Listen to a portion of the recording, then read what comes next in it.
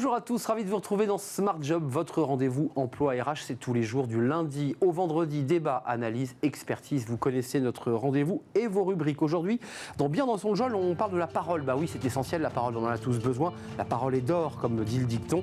Elle est aussi un outil essentiel pour les dirigeants et on va en parler avec Charlie Clark, président fondateur de Witscom. Il est notre invité.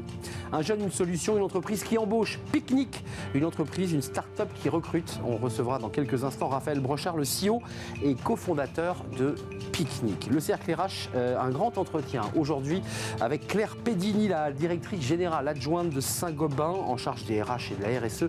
Saint-Gobain, c'est un groupe mondial, 167 000 collaborateurs dans le monde qui produit, qui transforme et vend des matériaux de construction. On fera le point avec elle dans quelques instants. Et puis pour terminer, fenêtre sur l'emploi, féminiser le numérique, conjuguer le numérique au féminin. On en parlera avec Emmanuel Carly, directeur général d'Epitech, et on parlera de la création de cet observatoire sur la féminisation des métiers du numérique. Voilà le programme tout de suite, c'est bien dans son job.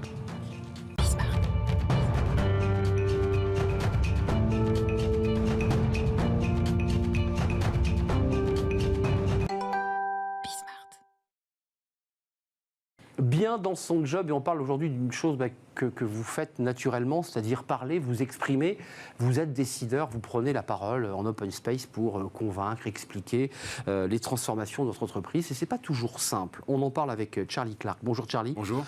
Je dis Charlie, j'anglicise un peu. Ouais, c'est classe, c'est pas mal. Merci. D'origine franco-irlandais, président fondateur de Witscom. D'abord, un petit mot sur votre parcours, parce que vous avez quand même un parcours extrêmement atypique. On va parler de ce sondage que vous avez fait avec l'Institut Opinionway sur les dirigeants qui s'expriment bien, mais pas si bien que cela. Ouais. On va en parler. Magicien d'abord, puis journaliste, puis accompagnateur de dirigeants. Comment on passe de la magie à la parole ? Je crois que si on regarde bien mon parcours, il y a une seule passion au final, c'est comprendre le public. Comprendre celui qui est en face quand on faisait à l'époque un tour de magie, quand aujourd'hui on s'exprime, et comprendre ce qu'attend et ce que voit et ce que retient ce public. Et ça, c'est ce qui m'a guidé depuis toujours. Alors d'abord en faisant des tours de magie, puis ensuite en animant des conventions pour des entreprises. Et aujourd'hui, vous l'avez dit, en accompagnant, on est une entreprise, Witscom, d'une quinzaine de collaborateurs, on accompagne des dirigeants tous les jours dans leur prise de parole pour faire en sorte que lorsqu'ils parlent, ils soient vus, ils soient entendus, ils soient compris. Et le summum, c'est d'être retenu.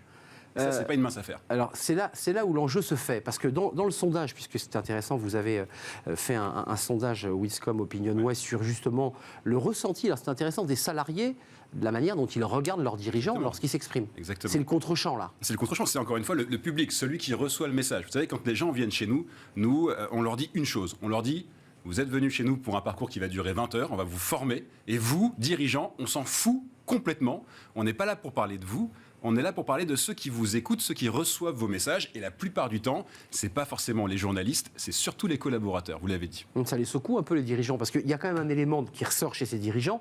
Et le grand danger de l'oralité maîtrisée, c'est qu'on part dans des monologues, on s'écoute parler et le collaborateur se dit ça y est, il est parti. Ça, c'est ce qu'on a mis au jour dans l'étude. Eh oui. Il y a un paradoxe, c'est que d'un côté, les collaborateurs trouvent que les dirigeants parlent bien. Ils sont 82% à dire c'est bon, mon dirigeant a la classe, il est charismatique, il est brillant. Mais quand on leur demande s'ils sont inspirés par leurs dirigeants, et là, c'est seulement plus que 12%, donc plus grand-chose. Et donc, il y a un vrai paradoxe, et nous, on le voit tous les jours, et ce paradoxe, c'est quoi ? C'est qu'il y a une différence énorme, dramatique, entre bien parler, et c'est souvent donc se reposer un peu sur ses acquis, sur son talent un peu inné, et parler pour les autres. Et parler pour les autres, ça demande des techniques, ça demande du travail, ça demande une réflexion, ça demande ce qu'on appelle, nous, une stratégie orale.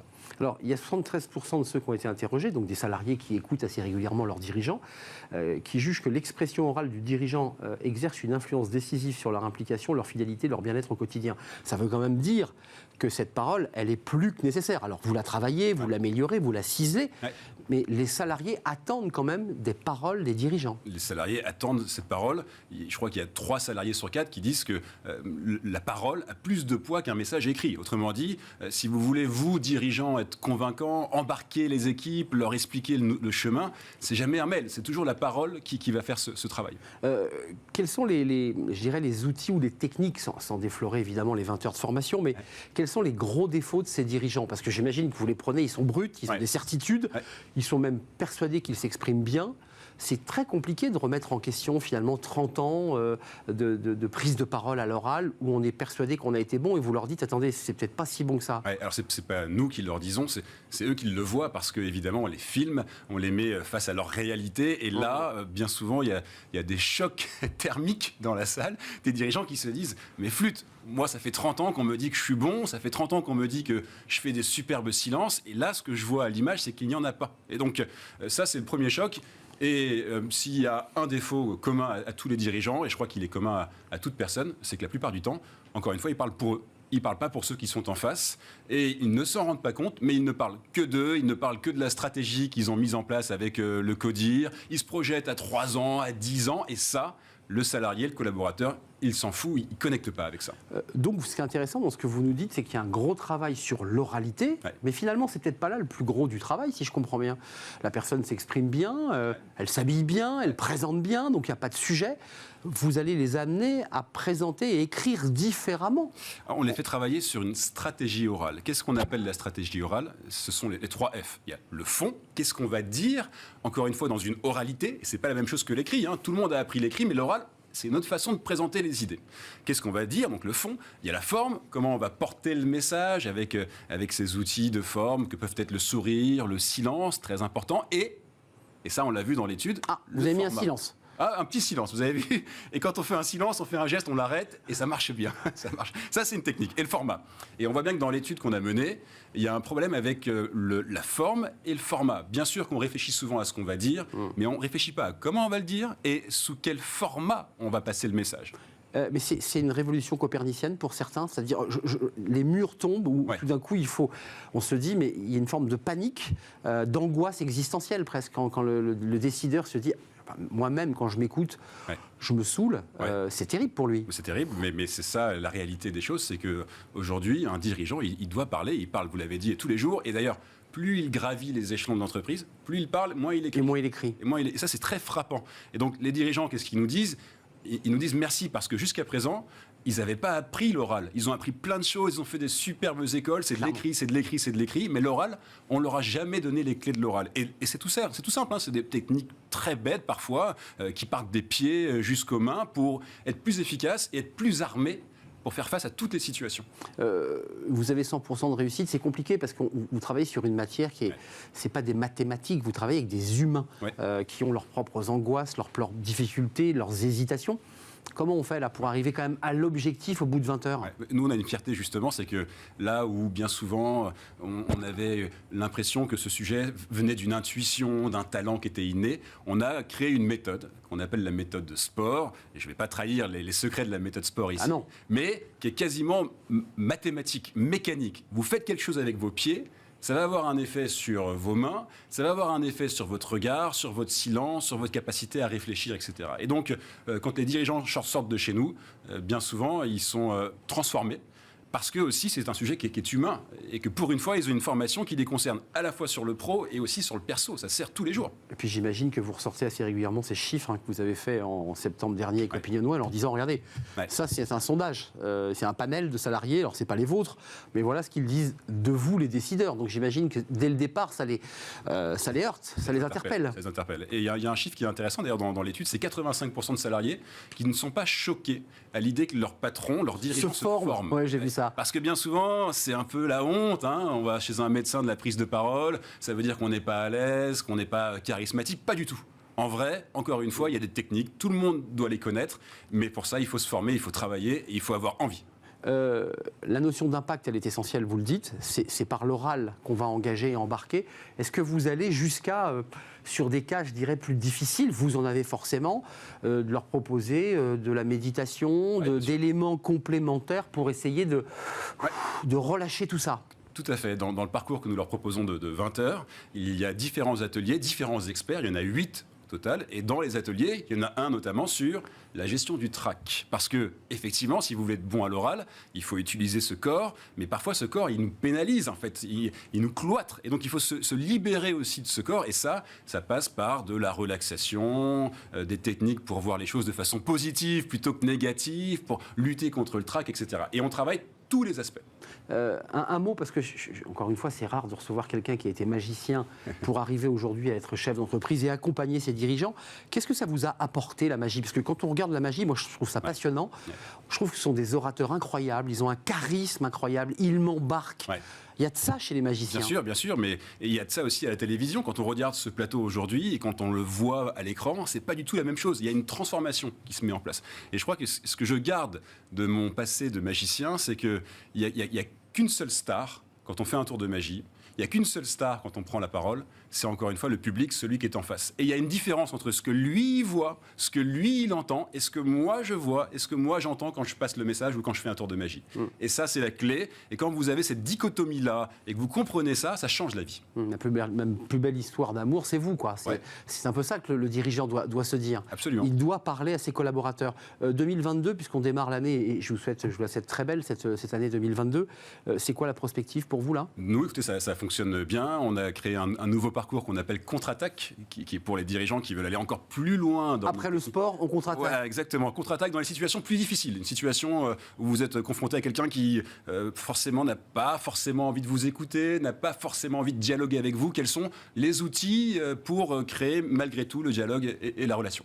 Donc la suite, c'est contre-attaque, mais là, cette fois-ci, dans une bataille peut-être un peu plus musclée, avec un interlocuteur. Donc on rentre un peu plus dans la négociation, dans la crise. On est plus vers ce chemin-là. Absolument. Merci Charlie Clark d'être venu nous rendre visite. Président fondateur de Witscom, 15 collaborateurs à Paris.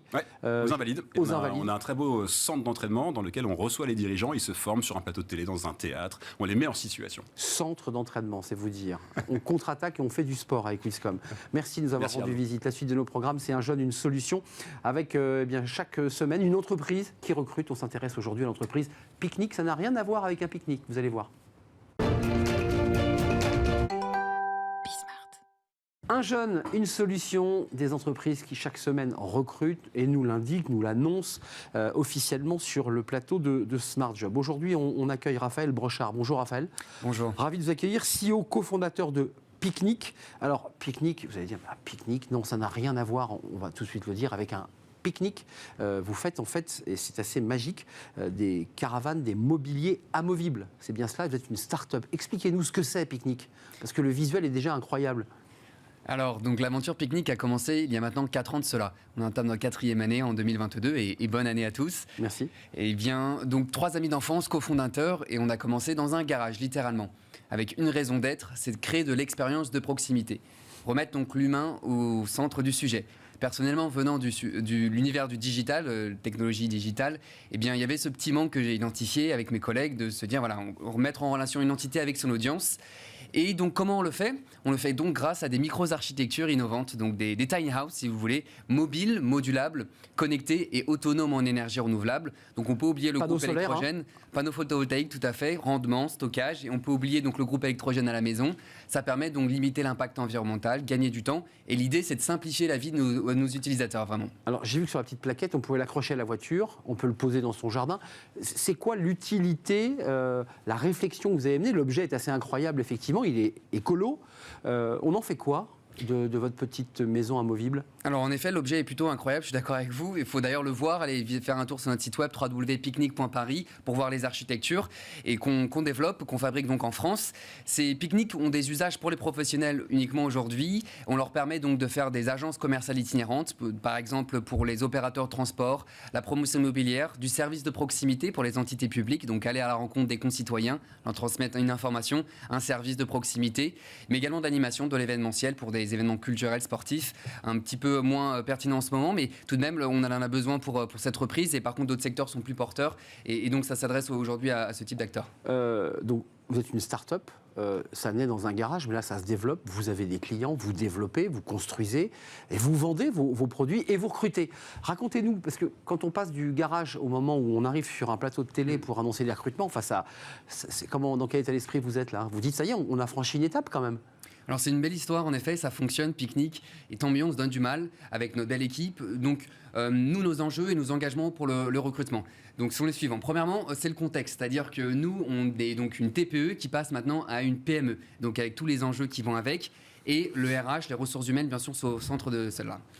C'est aussi notre géolocalisation. On est à la Courneuve, dans le 93, donc on a nos bureaux et notre petite usine sont localisés là-bas. Mais tout est sur le même site. Tout est centralisé et on est sur un territoire qui a besoin effectivement d'emploi et de valeur ajoutée. Donc on crée de l'emploi sur ce territoire, on crée de la valeur. C'est un territoire donc dit sensible où effectivement on recrute donc des gens du territoire et ils sont nous-mêmes implantés. C'est un premier volet. Après, on va avoir donc notre croissance, fait qu'on recrute pas mal de postes actuellement, donc divers corps de métier, de l'ingénierie mécanique à la production, donc type ouvrier, technicien, ou bien sûr au métier de commerce et les supports qui vont avec. Donc, Alors, on va recruter une cinquantaine de personnes sur N+2. Donc sur 2 ans, on a une douzaine de postes ouverts actuellement. Donc si vous cherchez un emploi et que ça vous intéresse notre univers, n'hésitez pas à faire un tour sur nos sites web et nous contacter. et ça se passera à la Courneuve, hein, faut être précis, hein, vous n'êtes pas en train Tout de à fait. vous délocaliser, ça se passera sur le site, Principalement. bureau ou site de production de la Courneuve. Principalement, tout à fait. Avec des métiers itinérants, notamment nos commerciaux sont également itinérants, tout comme le pique-nique, c'est l'idée d'aller à la rencontre de nos clients. Oui, parce qu'il y a quand même un travail de commercialisation. Il faut aller voir les collectivités, il faut aller voir les associations sportives, j'imagine, les fédérations sportives. Enfin, tous ceux qui, de près ou de loin, ont besoin d'avoir du bâti amovible. Alors, bien sûr, on va à leur rencontre. Nos pique-niques sont au quotidien sur les espaces publics, à droite, à gauche, aux 4 coins de la France, et on commence à travailler en Europe. Et nos engagements aussi sur l'emploi, c'est donc le volontariat territorial d'entreprise. On en a signé 2 l'année dernière avec la BPI. On fait aussi des stages. On a pris 5 alternances dans le cadre d'un jeune et une solution. Un jeune, une solution, parce que c'est notre partenaire. C'est ça, tout à fait. Donc, Qui 5 sont toujours chez alternances. vous, là, où ils ont terminé leur... Certains sont encore chez nous, d'autres ont terminé. Et on a effectivement fait des stages, aussi des immersions professionnelles avec Pôle emploi. Donc tout un ensemble de modalités. Mais l'idée, c'est qu'on crée de l'emploi, on crée de la valeur. Et beaucoup de jeunes, c'est une entreprise dynamique. On l'est, nous, en tant que porteurs de projets, mais aussi, bien sûr, les pique-niqueurs, de manière générale. Vous êtes 10 salariés, donc l'objectif, c'est de passer à quoi 60 salariés en 2024, si j'ai bien compris. Tout à fait. Donc 12 postes ouverts actuellement, et effectivement, et on double notre chiffre d'affaires chaque année. Donc voilà, on fait nos premiers millions, et effectivement, donc on a un développement économique, une industrie 2.0 sur le territoire de l'Île-de-France, fabriquée en France, avec effectivement des engagements RSE forts. Pour être extrêmement concret, ça veut dire que vous êtes passé du statut de TPE parce que des clients ont frappé à votre porte. Vous avez un carnet de commandes qui est plein si vous avez besoin de salariés là. Hein. Et on fonctionne en fonds propres. C'est le cas, donc on est auto-alimenté grâce effectivement à nos partenaires, et on entame une première levée de fonds dilutive pour accélérer notre développement, donc en ce 2e trimestre.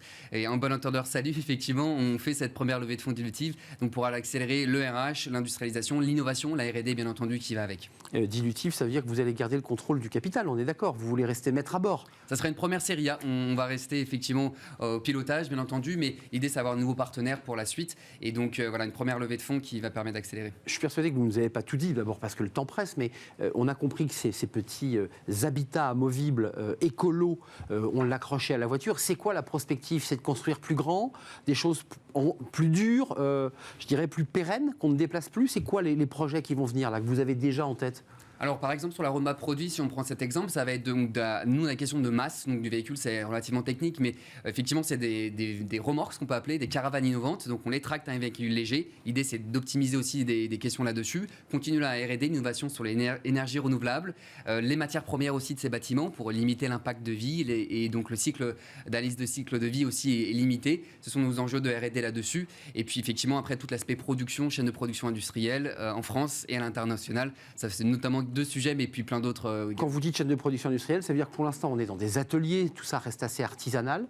C'est construit pièce à pièce, maison par maison, j'imagine. Mm-hmm. L'objectif, c'est qu'ensuite, c'est de travailler sur des chaînes de fabrication, on est d'accord? Eh bien, plus on a de commandes, effectivement, plus on doit débiter avec nos partenaires. Donc, ouais, l'idée, c'est d'accélérer aussi là-dessus, d'optimiser, effectivement, et rester dans une dynamique de RSE. Donc, on travaille localement avec des fournisseurs locaux, 100% français. Le bois, On fait un notamment? maximum, bien entendu, avec des labels divers et variés, et on fait des analyses de cycle de vie. Donc, c'est un vrai sujet pour nous. Mais l'important, c'est effectivement de nos utilisateurs aussi, cette expérience utilisateur qui est notre raison d'être, de leur simplifier la vie, faire que vous et moi, avec un simple véhicule léger, un permis B, on puisse déployer notre technique, une personne puisse l'ouvrir, le fermer.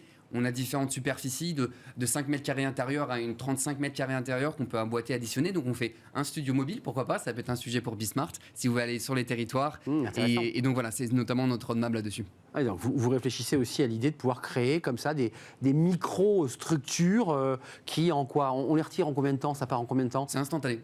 On plie les volets, si j'ai bien compris, et on l'accroche et on part. Avec le petit doigt, vous pouvez l'ouvrir, la refermer, et c'est parti pour aller sur l'itinérance, sur les routes de France et d'Europe. Et donc on travaille notamment, déjà des gens font des studios avec, des salles d'enregistrement, effectivement tout un ensemble d'agences itinérantes. Les seuls concurrents que je vous vois, mais cela n'a rien à voir, ce sont les Algeco qu'on vient poser, mais qui sont sur des remorques de camions qu'on va déplacer avec des grues et qu'on va poser. C'est ça, en fait, finalement, les concurrents. Et on a nos chers confrères d'Algeco, effectivement une belle boîte française. On n'est pas du tout sur le même secteur d'activité, Pas du tout. de produits. Ouais. Et mais c'est ça l'idée, c'est qu'en fait, on déplace un cube où on mettra des salariés pendant quelques temps. c'est l'univers du modulaire, effectivement du préfabriqué, qui est un univers qui se développe bien, qui limite l'impact environnemental. Diamétralement opposé. Le BTP est une industrie très polluante, donc effectivement, sur toute la chaîne de valeur, on essaie de limiter l'impact et avec différentes solutions. Les nôtres sont mobiles, on fait du véhicule, mais après, chacun a son spécificité. Bois, on est d'accord, hein, structure bois.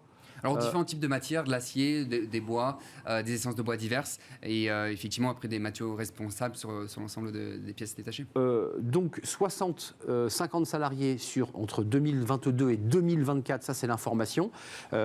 Allez donc, il y a un onglet, j'imagine, chez Picnic, avec tous les postes, on peut les rappeler, hein, conception de la construction, la distribution, l'ingénierie, les métiers techniques, donc qui sont dans les ateliers, le marketing, votre communication, enfin vous en chargez aujourd'hui, mais il faut aussi promouvoir l'image de l'entreprise, et puis le volet commercial, parce qu'il faut aussi aller chercher de nouveaux clients en France, j'imagine, et en Europe. Donc là, c'est des postes L'Europe où il faut... également, oui, tout à fait. Et sur le volet de l'emploi, un dernier point qui est important à nos yeux, c'est donc le mentorat aussi. On est très engagé là-dessus. On a été mentorés nous-mêmes, et on est dans le cadre d'un jeune une solution. Il y a beaucoup de mentors Absolument. qui sont nécessaires. Je m'engage moi personnellement à mentorer donc des là, vous rendez entrepreneurs. Voilà, je revois l'ascenseur, c'est l'idée, tout à fait. Et le MoveJ, notamment le mouvement d'entrepreneuriat des jeunes, est à la recherche de mentors. Donc, si vous souhaitez donner un petit peu de votre temps, chère audience, eh bien, n'hésitez pas. Dominique Restino, absolument. Le MoveJ. Notre cher Dominique, et qui effectivement voilà, est de front là-dessus sur le motorat français, et on a besoin de monde, et donc les jeunes ont besoin de nous, de vous. Donc voilà, mentorer. C'est un vrai sujet. Tiens, d'ailleurs, avant de nous quitter, il nous reste quelques secondes. Ça vous a apporté quoi lorsque vous avez démarré votre entreprise, le fait d'avoir été mentoré? Qu'est-ce que ça vous a évité de faire comme bêtise?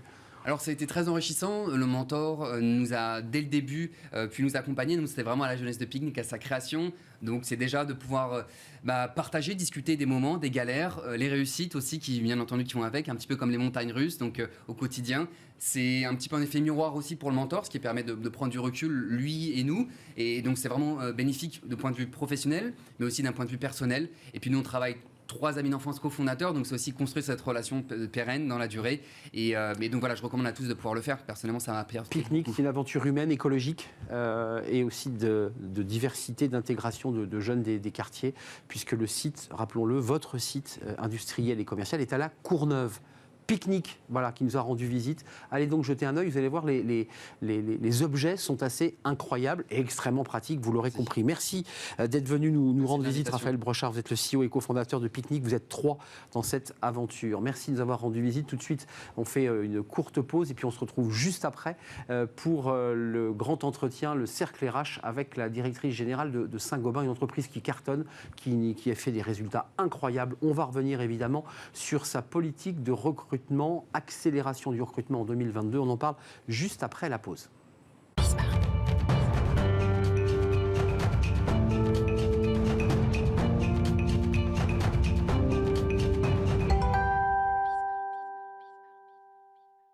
Le cercle RH, comme chaque jour, avec un grand entretien aujourd'hui pour parler de l'entreprise Saint-Gobain. Vous connaissez la marque Saint-Gobain, évidemment.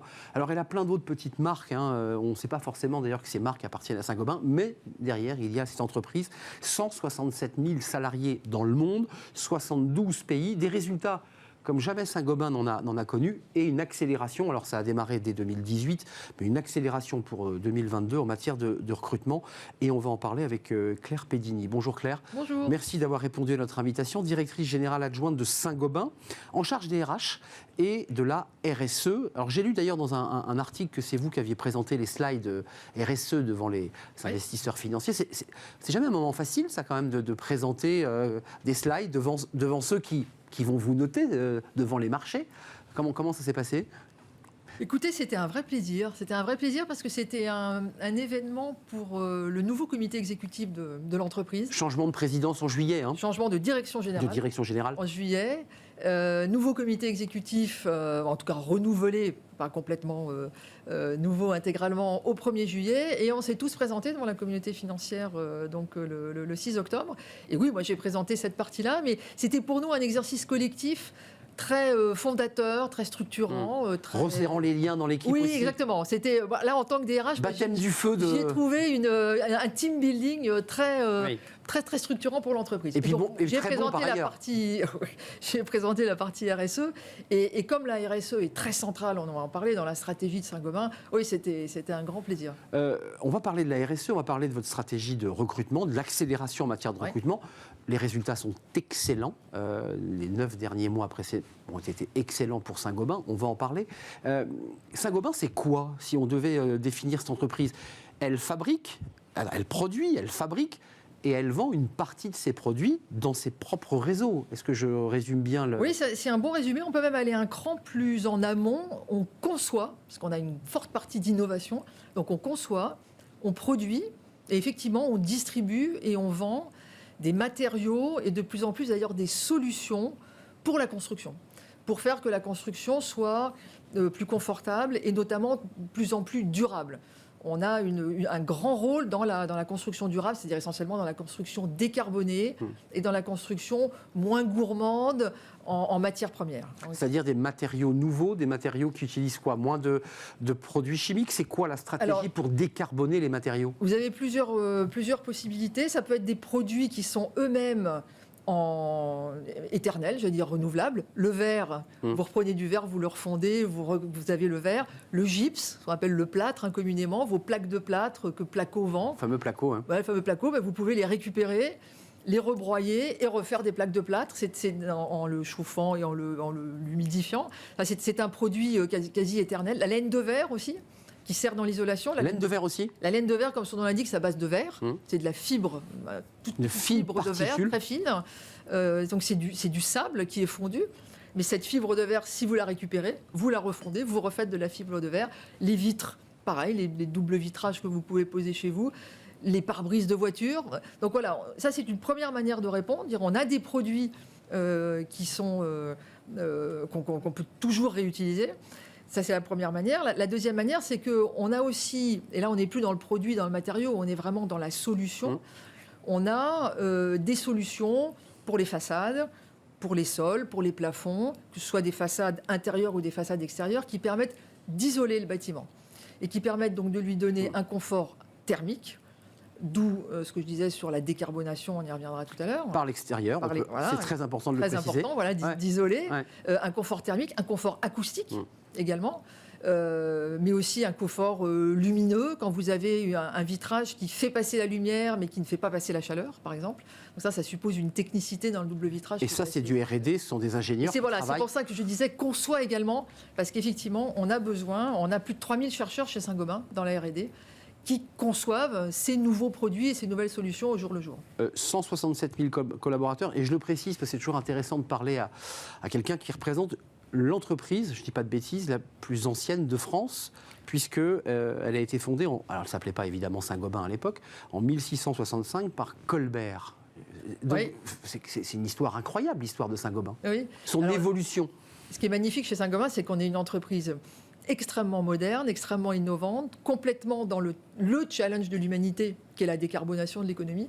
Mais on a 357 ans cette année, en 2022, créé évidemment, comme vous le dites, en 1665. Pour la petite histoire, Colbert et Louis XIV cherchaient une entreprise pour fabriquer des miroirs, en fait. Et l'expertise dans les miroirs à l'époque, il était à Venise, évidemment. Bien sûr. Et Colbert a créé un certain nombre de manufactures. Alors c'était la manufacture des glaces, qui est l'ancienne l'ancêtre de Saint-Gobain, de la même manière qu'il a créé aussi la manufacture des Gobelins, par exemple, pour Votre les cœur de métier, c'est les vitres, enfin, c'est les Notre miroirs. cœur de métier, c'est le vitrage. C'est le vitrage. Puis ensuite, vous allez évoluer. C'est le vitrage, donc c'est les miroirs, puis les grandes vitres, et qu'on a ensuite déployé et évolué dans différents métiers, effectivement. 72 pays, 167 000 salariés, avec un plan qui a démarré 2018, avec un mot anglais, j'imagine, pour que tout le monde puisse bien comprendre la stratégie. L'idée, c'est d'accélérer les recrutements. 2021, vous avez beaucoup recruté. Oui. Et vous avez aussi, d'ailleurs, surfé sur cette crise Covid. Alors, on en parle tous les jours, cette crise Covid, sur un plan anxiogène. Il s'avère que Saint-Gobain en a profité parce qu'il y a eu une volonté de rénover sa maison, de se sentir bien dans ses murs. Et ça a servi, Saint-Gobain. Dans un sens, oui, vous avez raison. Je pense qu'on a bénéficié avant tout de cette transformation dont vous avez parlé en 2018. Donc, dans notre plan, effectivement, le mot anglais est transform and grow. And grow. Voilà, donc on s'est transformé pour se rapprocher de nos clients, pour être au plus proche du terrain. On a axé notre stratégie sur la croissance, et la croissance notamment de la construction durable dont je parlais. Donc ça s'est vraiment bien matérialisé dans la deuxième partie de 2020, déjà un petit peu en 2019 et surtout en 2021. Et puis, c'est conjugué à cette nouvelle stratégie, mais c'est cette stratégie qui nous a permis finalement d'en tirer parti. Effectivement, vous avez raison, le fait que beaucoup de particuliers chez eux se sont dit, tiens, je referai bien... Oui. Ils ont eu le temps de regarder un peu la maison. Hein. Voilà. Donc ça, c'est la rénovation individuelle.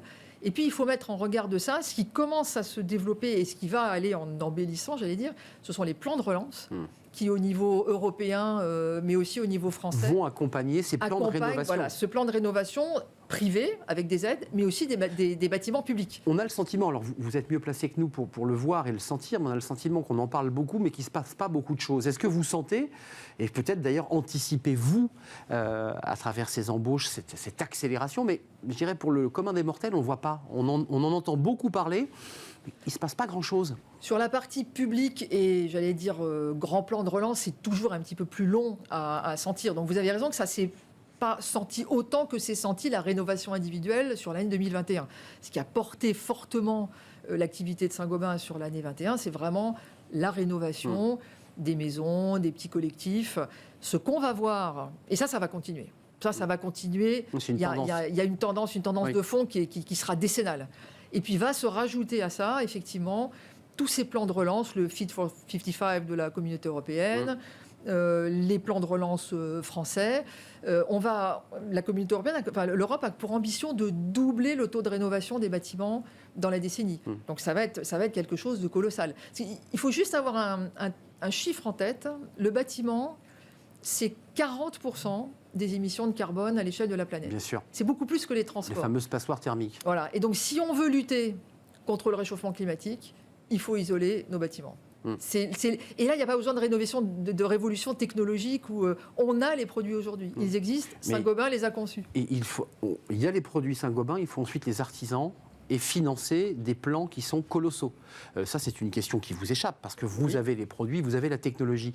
Est-ce que cette stratégie de recrutement, cette accélération en matière de recrutement, elle est justement liée à ce que vous anticipez comme être véritablement une accélération de ces projets de rénovation, où vous dites, on est dans un plan stratégique classique, finalement déconnecté de tout ce qui se passe autour, et on va continuer à embaucher, parce que c'est votre souhait, votre groupe, devenir le leader mondial, toute catégorie confondue. Oui. C'est ça l'objectif. Absolument. Mais je dirais qu'il y a un petit peu des deux.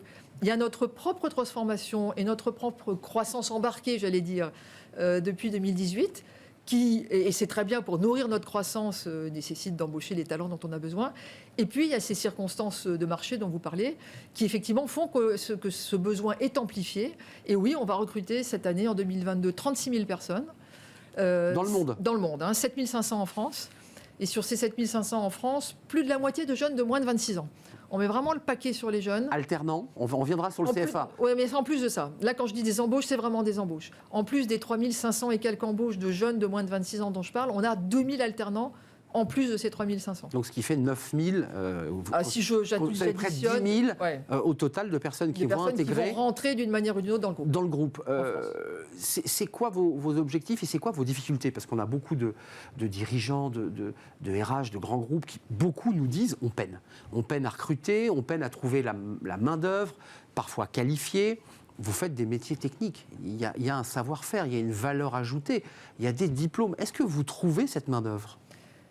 Globalement, oui. Il y a des métiers en tension, des métiers assez connus comme le digital ou certains métiers de maintenance industrielle, par exemple. Donc là, on joue notre rôle d'employeur, on met en avant notre raison d'être, le sens de venir travailler chez Saint-Gobain, la maison exigeante et bienveillante, les parcours de carrière. On n'embauche pas pour un job chez Saint-Gobain. Les évolutions de carrière. Voilà, on embauche pour une évolution, pour un parcours. Ça, c'est la force d'un grand groupe. C'est la force d'un grand groupe. Et puis, là où on a quelques difficultés, vous parliez de CFA, j'ai effectivement créé il y a 2 ans, c'était en plein Covid, 2 CFA propres à Saint-Gobain. Et il y a un CFA qui porte sur la maintenance industrielle. C'est un métier en tension. Eh bien, on a créé notre propre CFA de maintenance industrielle. Et on espère pouvoir de ce fait embaucher là aussi des jeunes de nos propres CFA quand ils sortiront formés. Ça, ce sont des jeunes qui sortiront des CFA que vous avez créés, qui iront directement sur des sites de production Saint-Gobain, en France ou dans le monde, ou ce sont des jeunes destinés principalement au marché français ? Plutôt pour le marché français, puisque les CFA sont en France, mais chez Saint-Gobain, vous pouvez avoir une carrière internationale. Mais vous savez, en France, on a des sites industriels partout, en région parisienne, dans le sud-est, dans le nord de la France, dans l'est, dans les Pays de Loire, en Aquitaine. Enfin, on est vraiment un groupe implanté très très largement en France, donc on peut trouver chaussures à son pied quasiment dans tous les sites où on le souhaite. R&D, des ingénieurs, ça veut dire qu'on a bien entendu votre discours. Décarboner, ça veut dire réfléchir sur des matériaux nouveaux, sur des matériaux consommateurs de moins de carbone. Là aussi, il faut beaucoup d'ingénieurs, beaucoup de gens compétents. Là aussi, la guerre des talents se fait. Même quand on s'appelle Saint-Gobain, il faut montrer les muscles. Oui, il faut mettre en avant ce que je vous disais. C'est quoi venir travailler chez Saint-Gobain ? D'ailleurs, c'est quoi venir travailler chez Saint-Gobain ? Dans quel parcours on s'intègre ? Avec quelle équipe on travaille ? Je mets beaucoup l'accent sur la collaboration, la confiance. Dans quelle ambiance, dans quelle valeur on s'intègre. On a un cœur de valeurs, de respect, d'avantages sociaux aussi dans le groupe, qui est un groupe qui intègre vraiment et qui prend soin. On prend soin de nos salariés pour qu'ils prennent soin de nos clients. Et on est très proche de nos clients. Et qui fait qu'on reste chez Saint-Gobain. Et oui, vous avez raison. La durée moyenne de vie chez Saint-Gobain est très supérieure à la moyenne française. Ça veut dire que les salariés s'y sentent bien, ça veut dire qu'on les écoute et qu'on les accompagne dans un parcours professionnel. Oui. Et si je peux me permettre, on leur demande régulièrement. Chaque année, on fait une enquête de satisfaction au niveau mondial. On en a fait une à la rentrée, à l'automne dernier. Et 81% d'entre eux ont répondu. 85% recommandent Saint-Gobain comme une entreprise dans laquelle il fait bon travailler. 91% se sentent respectés et bien dans l'entreprise. Donc pour moi, c'est formidable. Ça veut dire que quand on est la DGA en charge des RH et de la... Ça fait plaisir. Ça fait évidemment plaisir. Parlons un petit peu de la RSE, parce que c'est un volet que vous avez développé. Et je le dis, c'est assez intéressant, on ne le sait pas assez, mais les entreprises comme la vôtre ont besoin de dire au marché, à tous les analystes qui étaient devant vous, nous sommes aussi une entreprise au-delà de ce qu'on fabrique et qui cartonne. On est une entreprise qui a une politique RSE performante. C'est vous qui avez détaillé ces slides, c'est le début de notre entretien. Une entreprise qui se féminise au sein du comité exécutif. On a eu la députée Rixin qui a fait voter cette loi. En 2030, il faudra que pour les sociétés de plus de 1000 salariés, 40% de femmes dans les COMEX. Enfin, vous n'avez pas attendu la loi Rixin pour avancer. Ça aussi, ça rentre aussi dans la marque employeur de l'entreprise ? Oui, absolument. On a une politique RH que j'avais déployée il y a une dizaine d'années maintenant, qui s'appelle Open. Donc on s'ouvre et elle s'appuie sur 4 piliers, qui est la mobilité, la diversité dont vous parlez, et on a beaucoup travaillé sur la diversité homme-femme, l'engagement des collaborateurs et les talents. Et donc sur ces 4 piliers, on avance, et vous avez raison, on est 38% de femmes au comité exécutif de Saint-Gobain, 50% de non-français. 50% de Français, 50% de non-Français. Donc on est un comité de direction, une équipe très variée. Et la diversité, elle apporte énormément de valeur dans l'entreprise au quotidien. Mais Claire Pedini, c'est toujours intéressant d'avoir un RH, une responsable des ressources humaines, directrice générale adjointe d'un grand groupe. On se dit, mais comment on gère à ce poste une entreprise aussi vaste, 167 000 salariés? Comment ça se passe? Comment tout ça remonte? Comment vous pilotez finalement cette entreprise? Comment ça se pilote? Et ça se pilote, d'abord ça se pilote en équipe. Et ça se pilote en faisant confiance. Parce que comme vous le dites, 167 000 personnes, moi je ne peux rien faire. C'est gigantesque. C'est juste impossible. Donc il faut, je crois que la première chose à faire, c'est donner un cap. Et le cap, c'est 2 choses. L'esprit donc. C'est un sens. Pourquoi je suis là ? Pourquoi je viens bosser tous les jours ? Il faut que chaque salarié chez nous, on s'y attache vraiment, sache pourquoi il vient tous les jours travailler, quel est le sens de son travail personnel, et comment il s'inscrit dans le sens collectif de l'entreprise. Ça, c'est la première chose, donner du sens. C'est une forme de cap. Et le deuxième cap, c'est bien sûr la stratégie. On est le leader de la construction durable, et donc on participe à la décarbonation de la planète, et on est un atout pour l'enjeu de l'humanité. C'est comme ça que ça se pilote, et puis après, il faut mettre les bonnes personnes aux bons endroits, il faut s'appuyer sur elles, il faut s'appuyer sur des valeurs, comme je le disais, il faut être... extrêmement dur, je dirais presque, dans l'exigence de la qualité du travail, dans le respect des règles, et il faut être extrêmement bienveillant et accueillant. Et cet équilibre, cette alchimie fait qu'on arrive à avancer.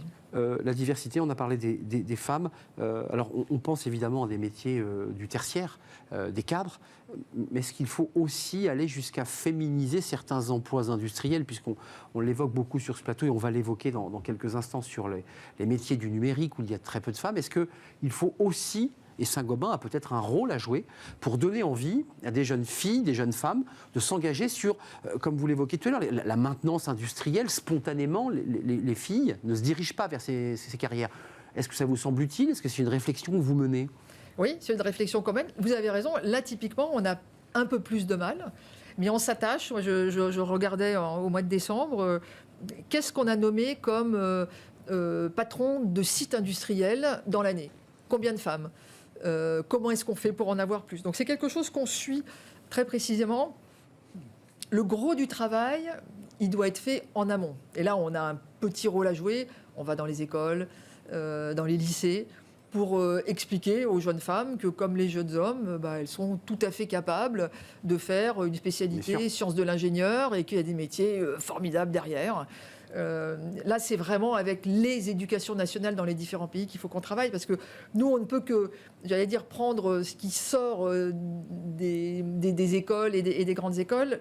Le gros du travail, il doit être fait avant, mais on fait notre part. Et puis, quand on a la chance que ces gens viennent chez nous, que ces jeunes femmes viennent chez nous, eh bien, on les aide, on les forme, on les développe, et on essaye de les promouvoir au même titre que leurs camarades masculins. De l'alternance, des CFA, de la formation finalement que vous prenez en charge, parce qu'on n'est jamais si bien servi que par soi-même, une politique RSE dynamique. L'année qui vient, l'année 2022, que je vous souhaite très belle d'ailleurs, parce que je ne vous ai pas présenté mes vœux, c'est quoi votre année ? C'est une année de recrutement, c'est une année où on réoriente stratégiquement l'entreprise. Vous avez beaucoup parlé des enjeux environnementaux sur certains produits. C'est vrai que la laine de verre a souvent été décriée. Vous nous dites sur ce plateau, on peut la renouvelable. On peut la totalement renouvelable. Ça veut dire qu'il faut quand même éduquer les artisans et tous ceux qui travaillent avec vous à récupérer la laine de verre, ne pas la mettre en déchetterie. Comment on fait là concrètement ? Là, vous touchez du doigt un deuxième sujet avec la décarbonation qui est essentielle dans la responsabilité sociale environnementale. C'est ce que vous transmettez aux salariés de Saint-Gobain. C'est ce qu'on appelle le recyclage, effectivement. Comment est-ce qu'on fait une économie qui fait une boucle ? Et donc, il faut qu'on travaille là avec l'ensemble de la chaîne. Et là, Saint-Gobain joue son rôle, j'allais dire, de leader. On travaille avec toutes les parties prenantes, que ce soit nos fournisseurs, mais aussi les artisans. Vous disiez tout à l'heure, il faut des artisans, il faut les former. On forme des milliers d'artisans chaque année à l'efficacité énergétique, au recyclage. C'est essentiel. On met à disposition dans nos agences Point P, par exemple, en France, des bacs pour qu'on puisse trier les déchets de déconstruction ou de construction. Parce qu'il faut effectivement que cette économie circulaire, elle se mette en place. Et honnêtement, la construction, c'est vraiment une branche de l'économie où la circularité peut fonctionner de manière assez exemplaire. C'est exact. Je le disais pour le plâtre, pour le verre, mais aussi pour d'autres sujets. Et on peut de ce fait économiser fortement les prélèvements sur la planète. Parce que l'objectif, c'est bien sûr d'arrêter de rejeter du CO2 de l'atmosphère, mais c'est aussi d'arrêter de prélever du gypse dans les carrières, d'arrêter de prélever du sable. Un jour, il n'y en aura plus. Voilà, et c'est pas complètement éternel. Et donc, l'économie circulaire est extrêmement puissante dans la construction pour ça. Année recrutement, on l'a dit, 36 000, c'est le chiffre, 7 500 en France, plus...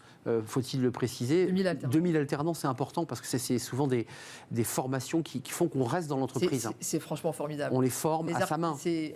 Oui, et puis j'ai toujours un grand plaisir à discuter avec les alternants que je rencontre parce que ce sont des jeunes motivés, qui ont envie d'apprendre. Et nous, on a la chance d'avoir aussi chez nous des seniors qui forment des binômes assez sympas avec eux.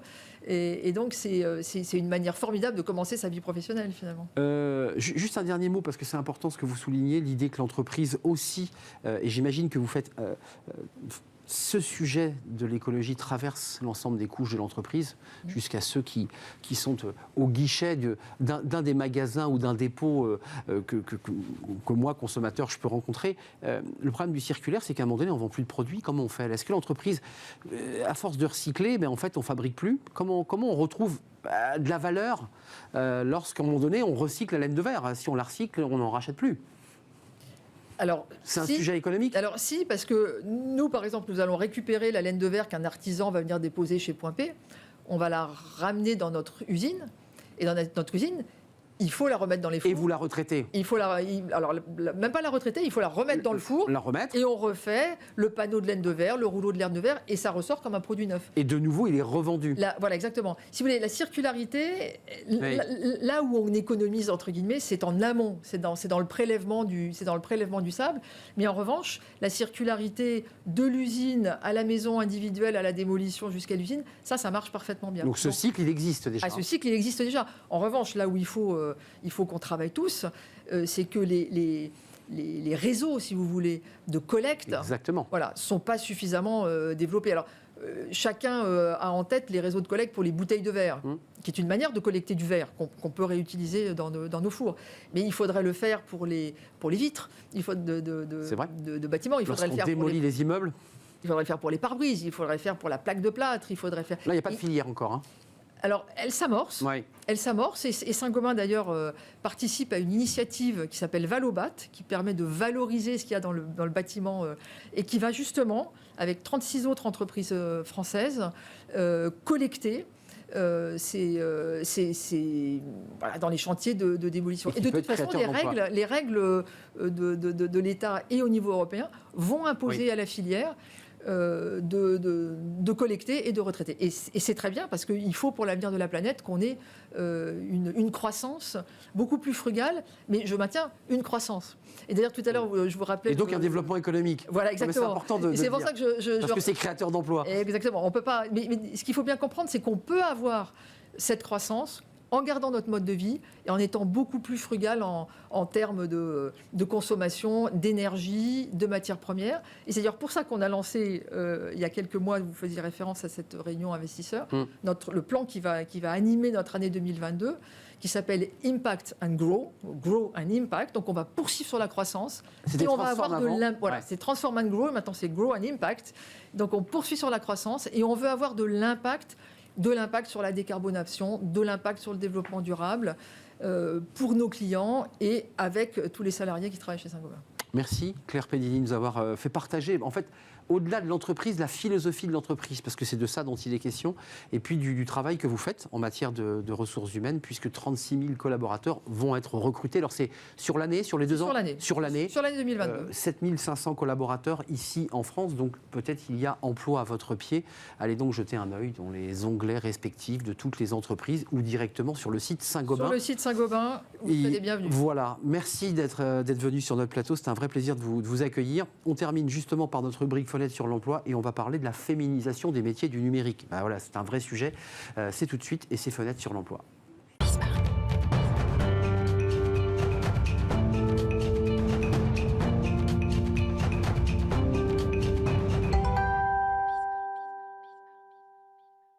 Fenêtre sur l'emploi, on va parler, je l'évoquais, de la féminisation des métiers du numérique. On en a déjà parlé sur ce plateau et on va en reparler. D'ailleurs, vous êtes déjà venu, Emmanuel Carli, nous en parler, directeur général d'Epitech, qui est un groupe d'écoles informatiques, alors européen, plus de 20 campus en Europe. Non, on en a 12 en France, 1 sur l'île de la Réunion et 3 en Europe. En Europe, on va en parler avec vous parce que quand vous étiez venu nous en parler, je m'en souviens très très bien, vous faisiez un constat. Vous disiez, voilà, aujourd'hui c'est compliqué. Et là, vous avez créé un observatoire avec un institut de sondage pour dresser comme ça une photographie pour démarrer, pour avoir un tableau de bord. D'abord, qu'est-ce que vous en tirez? Moi, ce que j'ai lu, et c'est ce qu'on évoque souvent sur ce plateau, c'est que les filles sont souvent très exigeantes avec elles-mêmes. Oui. Quand elles ont 14 de moyenne, dans les matières scientifiques, je précise, elles disent non, mais à 14 de moyenne, c'est absolument pas le bon niveau pour accéder. Ouais. Vous dites non, mais déjà ça commence très mal quand on part comme ça. Ouais, ça, c'est un des éléments du sondage. Ah oui, ce qui est incroyable, c'est qu'en fait, à niveau équivalent par rapport aux garçons, les filles sont persuadées qu'elles vont moins bien réussir que les garçons dans une école d'ingénieurs ou d'informatique. Parce qu'en fait, l'étude, elle traite les deux sujets. C'est ça. Et ça, c'est dramatique. Elle se censure. Elle se censure à la fois sur le niveau et à la fois sur les matières. Il y a aussi un gros problème avec la perception que pour réussir en informatique, il faut être bon en maths. Ce qui n'est pas vrai. C'est avoir, quand vous êtes bon en maths, on peut penser que vous êtes bon partout, pas de problème. Mais vous pouvez très bien faire l'informatique sans devoir avoir un niveau de maths incroyable. Et ça, c'est ce que l'étude montre. Ouais. Pourquoi? Parce que quand on dit un observatoire, c'est-à-dire que c'est à la fois une photographie avec ce sondage Ipsos, mais c'est un observatoire, c'est-à-dire que régulièrement, vous allez sonder les cœurs. Là, vous avez interrogé les étudiants, les parents. Oui. Alors, c'est très intéressant. Qu'est-ce qu'ils vous disent, ces parents? Ce qui est terrible avec les parents, en fait, ce qu'il faut regarder dans cette étude, c'est qu'il faut la prendre de manière systémique. Je pense qu'on va aborder tous les sujets. On parle des parents, là. Et les parents, en fait, ils pèsent autant que les personnes qui font l'orientation dans les lycées et les professeurs dans la décision finale. Ils pèsent lourd. Ils pèsent lourd, 33%. Contre 17% pour les profs et 17% pour les personnes qui font l'orientation. C'est plutôt bon signe, non? Oui, on écoute ses parents. On écoute ses parents. Le problème, c'est que concernant le numérique, les parents ne sont pas de bon avis. Parce qu'en fait, et notamment pour les filles. C'est-à-dire que quand on regarde les critères qui vont pousser leurs garçons vers le numérique ou les filles, la composante équilibre de la vie privée professionnelle, ils la mettent devant pour leurs filles et plus loin pour les garçons. Et ils ont tendance à déconseiller les jeunes filles à aller vers le numérique. Et moi, ça, c'est quelque chose qu'on a constaté dans le passé sur les journées portes ouvertes. Donc les garçons peuvent bosser tard le soir devant l'ordinateur, grosso modo, mais les filles, il faut qu'elles soient à la maison vers 18h. Voilà, en fait, et on retrouve beaucoup de clichés, et ça c'est terrible. Et cette étude, en fait, on l'a aussi faite pour ça, c'est-à-dire qu'on a constaté sur le terrain un certain nombre de choses de ce type-là qu'on a voulu un peu démontrer ou détruire par l'étude, parce qu'en fait, on travaille sur cette problématique de la féminisation du numérique depuis pratiquement une dizaine d'années, sans avoir de résultats. Sur Epitech, on est passé de 4 à 6%, ce qui est mauvais. Et on a tout essayé, changer le discours, est-ce qu'il faut parler plus de l'impact social et on a on va dire 4-6, ça fait déjà une différence, mais c'est pas suffisant. Donc, premier élément de blocage, en tout cas de difficulté, c'est les parents. Ouais. Donc, comment un patron, un directeur général du campus de formation informatique, comment il fait là? Comment on touche les parents? On les fait venir, on les met dans des salles, on leur explique comment on fait? Oui, il va falloir en fait qu'on développe des contenus spécifiques à destination des parents. Expliquer que dans les entreprises, on peut avoir une vie professionnelle tout à fait équilibrée. Si c'est ça leur inquiétude numéro 1, il faut attaquer le point numéro 1. Qu'on a des perspectives de carrière qui sont aussi fortes quand on est un jeune homme, quand on est une jeune fille. Effectivement, il y a du travail qu'il faut faire dans les écoles sur le sexisme. En fait, l'étude, si vous voulez, il faut travailler sur l'empowerment des jeunes filles. Faire en sorte qu'elles comprennent qu'elles peuvent le faire. Arrêter de se limiter. Il faut travailler sur les programmes dans les écoles parce que les jeunes filles, les jeunes garçons ne comprennent pas les programmes. Il faut faire des contenus spécifiques à destination des parents. C'est pour ça que je pense que si aujourd'hui on ne traite pas le sujet de manière globale, on n'arrivera pas à apporter des réponses à ça. Il y a une volonté chez vous et vous le portez, vous le dites depuis 10 ans, vous êtes venu nous l'expliquer sur le plateau il y a quelques mois. C'est quoi l'utilité de créer cette mixité au sein d'abord des écoles et des centres de formation, puis ensuite des entreprises en matière de numérique? C'est quoi l'utilité? L'utilité, c'est aujourd'hui, vous faites développer des solutions qui touchent le plus grand nombre mais avec la moitié de la population. C'est hémiplégique. Hein. Il y a un problème de représentation, il y a un problème de... Si vous voulez des équipes qui sont des équipes innovantes et que vous prenez les mêmes profils, mais il n'y aura absolument pas d'innovation. En fait, l'innovation naît de la confrontation, des points de vue différents, etc. Donc vous avez intérêt à avoir l'équipe la plus variée de genre, d'origine, et c'est ça qui crée et d'ailleurs ce qu'on voit sur l'intelligence artificielle, sur les biais qui sont induits, c'est en fait simplement quand vous posez un problème à des gens qui n'ont pas ce problème, ils vont dire non mais j'ai pas ce problème. Donc il n'y a pas besoin de solution. Et quand vous intégrez dans ces équipes des gens qui ont un problème en question, ils vont dire si, moi j'ai le problème. Donc il faut que je trouve des solutions à ça. Donc c'est cette diversité qui est importante. Et puis vous avez un autre sujet qui est un peu plus basique, c'est que aujourd'hui, si vous prenez le secrétaire d'État Cédrico qui dit qu'il y a 80 000 profils qui manquent en France, Epitech, on en diplôme 800 par an. Et vous coupez la moitié de la population, il y a un problème. Donc en fait, il faut vraiment apporter des réponses sur la diversité des équipes, plus sur les volumes aussi des études. Est-ce qu'il y a un blocage On parle de la féminisation, on a compris qu'il y avait un déficit, que vous étiez en train de travailler dessus. J'imagine que vous n'êtes pas le seul. Non. Est-ce qu'il faut travailler aussi, je dirais, plus en meute, et pour utiliser ce mot, un peu en lobby, pour véritablement aiguillonner et peser un peu plus lourd? Est-ce que vous n'êtes pas un peu dispersé? Si, on est complètement dispersé. Et aujourd'hui, le fait d'avoir fait cette étude et de la distribuer très largement, et aussi de travailler beaucoup avec la Fondation Femmes at Numérique, c'est de réussir à construire une architecture, une méthode pour aller parler aux gens. Et un discours. Bien sûr. Et c'est pour ça que je vous dis qu'il faut le voir de manière globale, systémique. C'est-à-dire que les rôles modèles, c'est fantastique, il faut le faire. Mais les rôles modèles, je vous prends un autre chiffre, les jeunes filles considèrent qu'à formation équivalente, niveau équivalent, elles ont moins de valeur que les garçons pour des recruteurs ou pour des entreprises. Ça veut dire que nous, on peut dire, mais non, vous avez de la valeur. Mais si les entreprises le démontrent, on réglera le problème. Donc en fait, vous avez l'empowerment, vous avez les entreprises qui doivent dire vous avez des expériences, vous avez les écoles dans lesquelles on travaille sur le problème du sexisme, de la sous-représentation. Moi, on avait parlé du programme Amazon Futur Ingénieur et peu de temps après notre rencontre, on avait fait un événement avec eux. Je rencontre une étudiante qui est sur une de nos écoles qui me dit en fait, la difficulté à laquelle on est confronté, c'est qu'autour de nous, il y a 70 garçons. Donc même s'ils nous font une remarque sympa sur nos chaussures, sur notre fringue, etc., à la fin de la journée, ça nous fait quand même 70 remarques. Donc il faut régler ce problème. C'est difficile. Et en fait... Excusez-moi, vous êtes à la tête d'école et vous les voyez, vos étudiants. C'est-à-dire vous vous déplacez sur vos campus, vous les rencontrez. Bien sûr. Il n'y a pas un peu de, je mets des guillemets, mais un peu de corporatisme de mecs qui se disent, après tout, on est bien entre nous et on n'a pas envie d'avoir de filles avec nous. Parce que ils sont prêts à s'ouvrir, ces garçons qui font de l'informatique? On a une association qui s'appelle EMA, qui regroupe plus de 500 étudiants et étudiantes qui travaillent en faveur de la mixité dans le numérique. Ça a été fondé en 2014. Donc déjà, dans l'école, vous avez ce mouvement-là qui est fort. Prenez cette étudiante. Elle est à Epitech depuis quelques mois. Donc je l'ai rencontrée, elle faisait sa piscine, premier mois de sa première année, avec des jeunes hommes qui sont aussi des tout nouveaux dans l'école. Et ces biais, ils l'ont déjà depuis le lycée, donc il faut le traiter avant.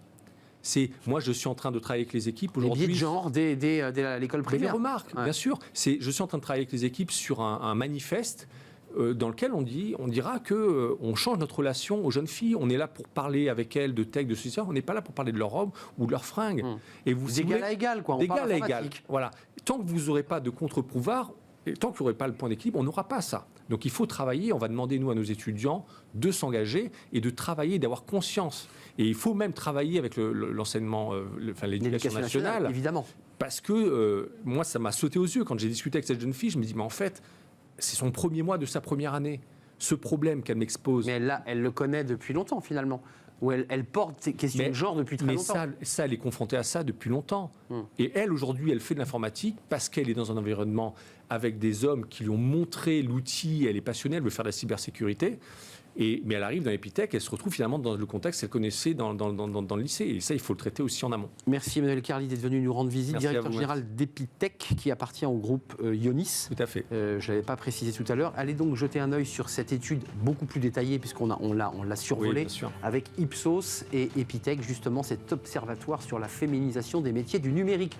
Merci de votre fidélité. Merci à vous qui nous regardez sur Internet, à la télévision.